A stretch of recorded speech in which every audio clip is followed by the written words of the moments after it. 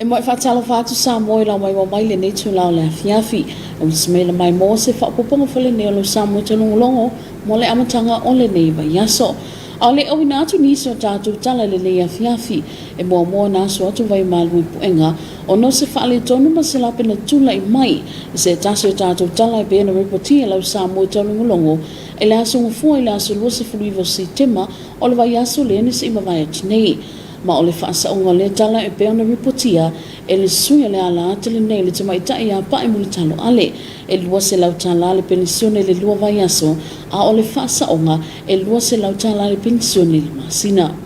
I tala Samoa o le whaiunga le vai aso le na whaalawiloa loa i ai se tasi o tusta i ala a le aso se pisinisi Samoa o te maile mo tele sala whai mo le isi 5 tausanga o luma se whaapoponga lea o le nei report. O le whaalawiloa ino ni ta i ala le whaalaptaptonga o pisinisi tuma o ti sana whai. Le ana whaalawiloa i le whai unga o le vai aso. O le whaalaptaptonga o pisinisi tuma o ti le moteli sana whai. Na whaawaina le tausanga lua fesu tasi. O ana ngaluenga au tue tau lai na iau na iamana unga o soifua le lei. Ma le whaatupunga i alo pisinisi tuma o ti sa wai. Ina isi iti ai le atina au tamau ai ngole atunu. Whaapeo nei ta iala mua wa amatan whaalawiloa ina. O le ta iala le ni whaawa wa le tau lai mal whaamanusia o sui a wai ma le whengalenga a inga luenga fau mo whainga whaawai tala whia ngai mo pisinisi e whaamanusia e tamai tai whai pisinisi ma le whaalawai te le ina lea o awa noa wha pisinisi e uile telo lu i tauma ngonga na ia whianga le tamau a inga le whaama ai o le COVID-19 wiva. Aftai o le pe ona sila fia o le wha moe le whai nei a le asosi ia ele ngata o le whailoa ina o lato strat plan po lato tusta ia la lua felua ono ia ma le wha manatu ina o lato sfutau sanga talon wha vai mele asosi lua fesfutas ia pela o vai ngan tele na e lua lia wha manatu nei le afiafi ia a watiru fo o tusta ia la o le tau sanga mana ia nga e lua felua ono ia lo tilo la vai le wha malosia la vai o fai pisinisi nei sala fai ina ia join mai totono le asosi ia wa fo ia e whaalawi loa ina fo ia o tato pisinisi ia me se fo io o le sosohani fo ia malo lo a whai ona mai totono o le asosi la o fai pisinisi e whaatino ia la tau po kalami ia o tele taulanga wa mwhai ona au sia pe ona ia totono le strat plan loa fitu loa tasi mo le sila fia ta ilima tau sanga o ta iala ia ia lela wa mai atau sanga nei ta iala mua ia lela to e launch la to ta iala o le lua felua ono ia onise wa henga wa tilo fo ia o la wa ele office ale posa ia wa taimi mua sa le se office sa fa ngala wa ia le office o si va henga le spec le SPH le kaiming sa mo business hub ia pe ta ilane la ia o la wa ele la to office fa mautu ina o lo ile fanua le sunga taulise o le mato office manager na taimi nei ia o la fo ia le mato office manager ha wa taimi nei sa le tanga tai fa fainga luenga ina mo le handling o mata fo ia o le sina va henga o la wa ia o ia le mato office manager ia o la fo ile sita mato i totono le Samoa Chamber of Commerce Industry ia le afia ngai ma le sunga le ata nese o ia na mato sui totono o le Samoa Chamber e fai fa leo i fo ia fina ngalo fo i mata o ko mana na o ile asosi ala o fai pisinisi e fai loa tu le malo ma paenga o malawi e me se lava nei mai taimi o fa ma yo le covid ia tele ia fa fita uli ai me se lava le tama o ainga o fai lava sia le lalo tama o ainga o fai pisinisi ni sala fai ia ono covid ia masa fo lo fe ngai mal tato malo ia pe stali atu le ta ua ela fiunga le Penisione mo titia o se fa mo nga umo le fa la ptutunga e tau na ile atina e no vai nga tuma oti malama nui mo pisinisi le motutele sala fai e fa langolango le una ia lo nga benga fa tino le posa ele ta ita inga lea o le lono fono fili mo pasi e ni fono le posa e fai tu sanga te tasi o nga luenga fa tino le posa lo amana ia le tino tulanga tawa o lo mo fai no so sonia wale una ia atina e pisinisi sala fai ono nisi ne o tulanga O lo whaataua ia le visota inge wāwala nā tau whainu o ma pisinisi. O le telo pisinisi le motu tele sana whai o pisinisi na iti ma pisinisi whiololo. O le mta whai o ia le posa mo nei vaenga o le wha mautu wina le o awa noa e na i mawhai ona tu whaatasiam wha amalu si ai se leo se pisinisi tuma o tele motu tele sana whai e na i o ngatasi ma wha amalu sali awala awale susoni ia pisinisi. Ia mo le whaasaonga o le posa, o le Business of Salafai Association. Ia mo le taimi nei o wa male lua sifulu ia le au whai uloa. Ia o le au whai whaatoanga, ia e mawale to o sifulu mo ntupu. Ia o lo iai fo ia pisinisi car rentals. Ia o lo iai fo ia le au whai konkalake. Ia e toa tolu le au whai konkalake. Ia o le fo ia to tonu male whaletai malo e tasi. Ia api o le tele la o le au whai pisinisi le to tonu o le au whai whale o loa. O le fo ia to tonu o le pisinisi le mea tau greenhouse. Ia tasi ma pisinisi o le to tonu. Ia o lo ia fo to tonu ma pisinisi la au whai ta avale. Ia le fōringa mai la o le a whai ala wa iei nei le taimi nei o le au whai pisinisi to tonu le asosi. Ia wa maua lava le lima sifuru montu active members na but o tua atu e to tele lava le au whai pisinisi sa iei mai lava sa maua lava sa o lava le maselau ia le taimi nei wa amata lava nga drop mai but ta fully committed lava le iei ia maua lava le lua sifuru montu ia o tūlanga na le wa iei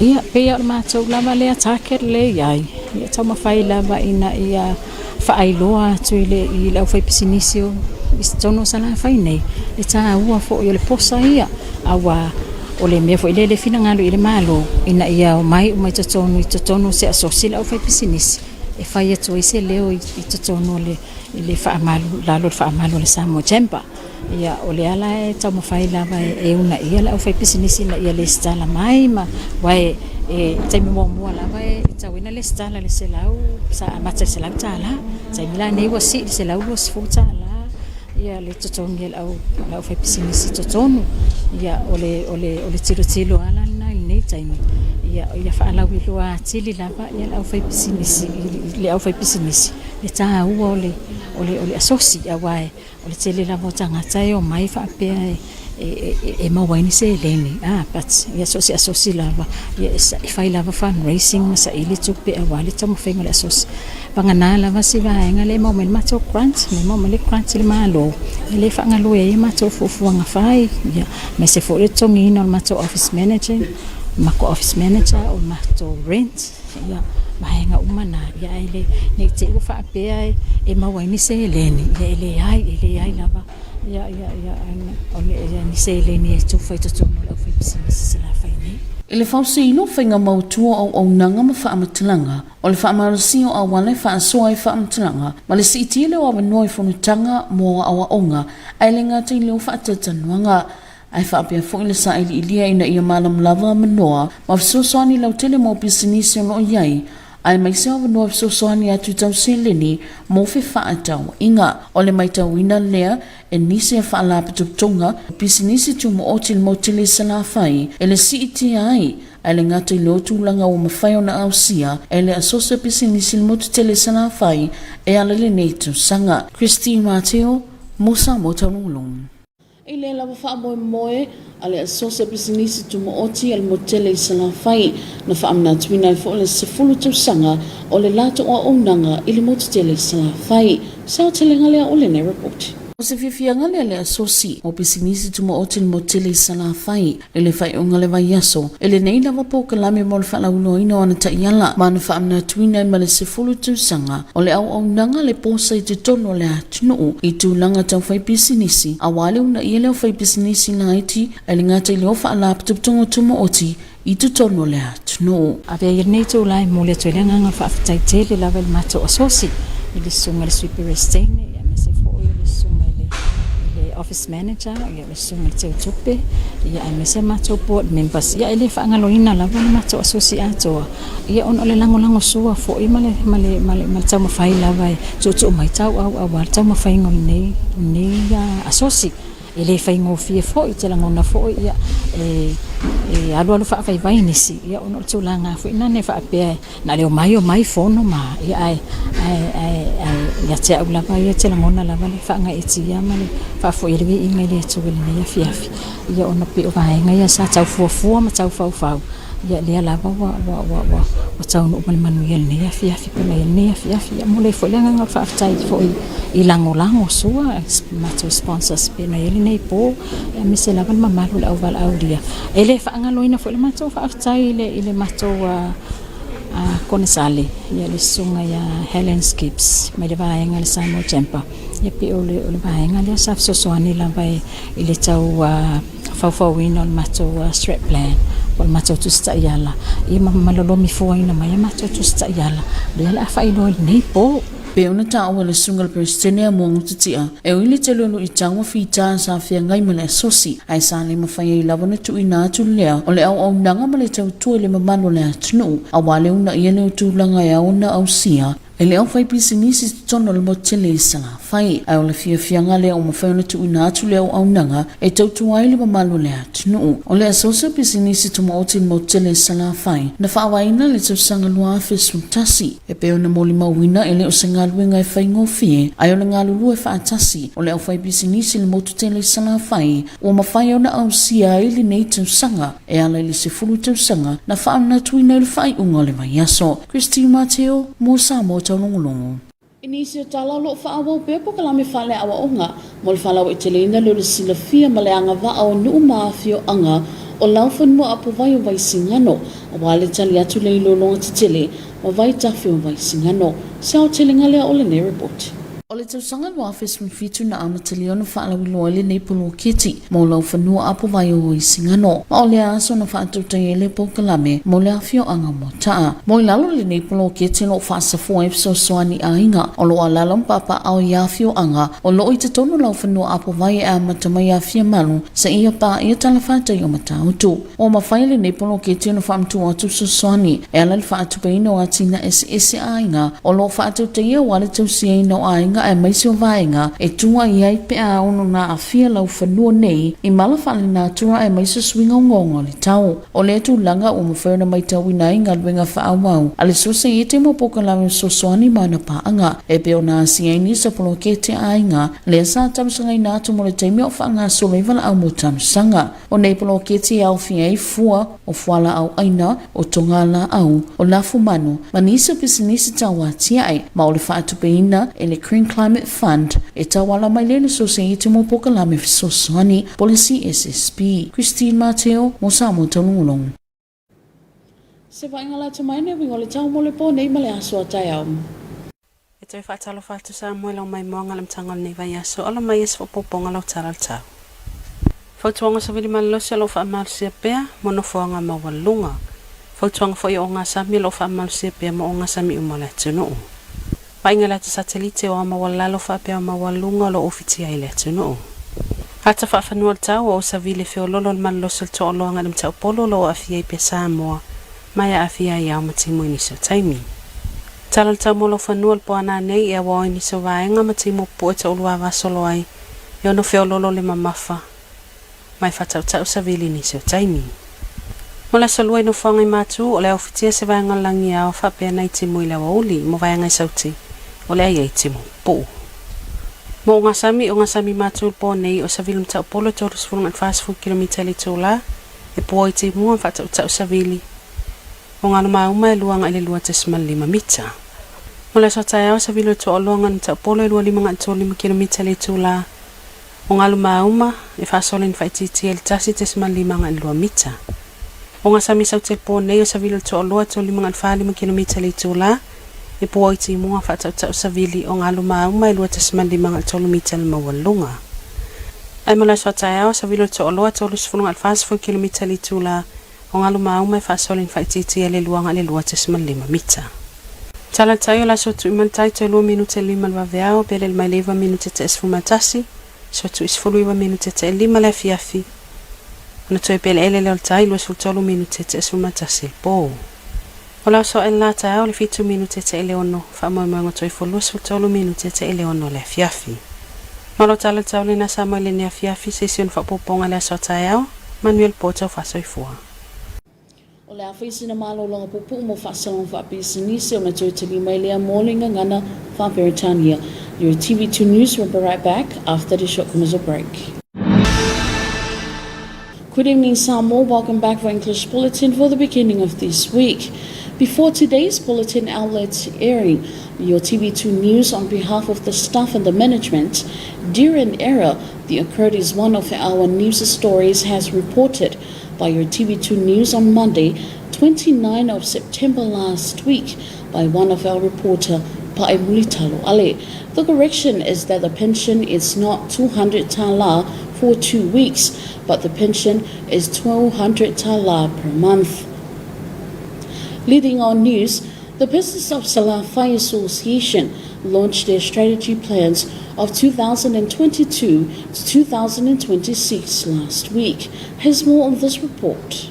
With the launching of Strategic Plan 2022 to 2026 of Business of Salafai Association was developed with the support of the Samoa Chamber of Commerce and Industry. The strategic priorities engagement, building a robust and responsive membership information system, facilitates information sharing and dissemination, demand-driven dialogue, forums and workshops, seek and be informed of businesses development opportunities with a strong focus on facilitating access to finance and trade. Also refine approach to governance and leadership to be inclusive, effective, and accountable, to reflect ownership and commitment. The advocacy developed a dialogue and awareness framework that serves to address businesses' development needs at a holistic level, prioritize private sector issues, formalize sector-specific representation, and promotes positions at government, donor partner, national meetings, and also drive a platform for private sector development in Savai that has ownership and commitment. The president, said it has been an overwhelming journey for them as Posers for president to work alongside a very dedicated team of executive council members to put together their second strategic plan for 2022 to 2026. She extended her heartfelt gratitude to the following people who have made this strategic plan possible. Solone Mobilisi for TV2 News. With the same events, association and also celebrated its 10 years anniversary. Here's more on this report. The Business of Salafai Association was established and registered as an incorporated society in 2011. It is a non-governmental and non-profit organization with a particular focus on private sector development in Savai. The association is guided by an executive council elected and endorsed at an annual general meeting of its membership. POSA stands to promote private sector development, recognizes the conditions in which businesses operate in Savai, reflected through interrelationships among village governance communities and businesses. The association president,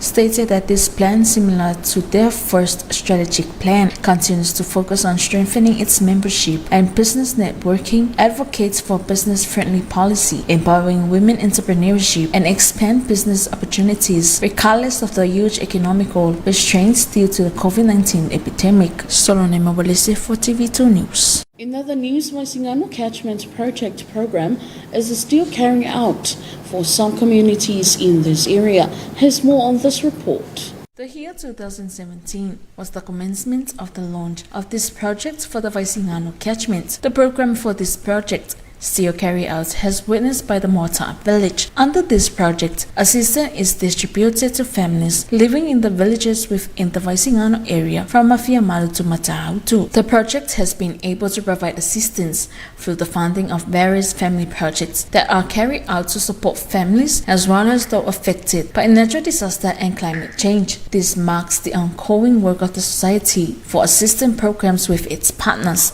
such as visiting some of the family projects that were requested during the call for application process. These projects include fruits, horticulture, livestock, and some development businesses, and are funded by the Green Climate Fund through the Civil Society Support Program. Solone Mobilese for TV2 News. And here's your weather forecast for tonight and tomorrow. Good evening once again, Samoa. On the beginning of this week, here's an update of your weather forecast for this evening. Wind advisory remains in effect for highland areas. Marine advisory also remains for all marine waters. Latest satellite loop indicates few low and high level clouds affecting the islands. From our weather map, a fresh southeast to east wind flow continues to prevail over Samoa, with associated clouds and showers affect the group at times. For tonight, cloudy periods with brief isolated showers, moderate force with gusty winds at times. For Tuesday, northern areas partly cloudy with a chance of afternoon showers, southern side brief showers. Marine forecast for tonight and tomorrow. Northern marine waters, easterly winds of 30 to 40 km per hour, poor visibility and gusty winds and showers, combined waves and swells of 2 to 2.5 meters. For tomorrow, southeast to east winds of 25 to 35 km per hour, diminishing combined waves and swells of 1.5 to 2 meters. Southern seas for tonight, southeast winds of 35 to 45 km per hour, poor visibility and gusty winds and showers, combined waves and swells of 2.5 to 3 meters. And for tomorrow, southeast winds of 30 to 40 km per hour, diminishing combined waves and swells of 2 to 2.5 meters. And the tide table, high tide will be at 2 more minutes to 5 early morning, low tide at 9 minutes past 11 tomorrow morning, high tide at 19 minutes past 5 in the evening, and low tide again at 23 minutes past 11 at night. Sun will rise tomorrow at 7 minutes past 6 in the morning and will set at 23 minutes after 6 in the evening. And that concludes your weather bulletin this evening, Samoa. Until tomorrow, good night. And that is the end of your TV2 News for this evening. Thank you so much for joining us. Until then, good night. Ole fa ingale naulo Samoa talong le ne ngale fiafi fa tai telen mai mo mai ole atu mo to sei so fa bo ponga ile so tao e mo le temne to fa sei fo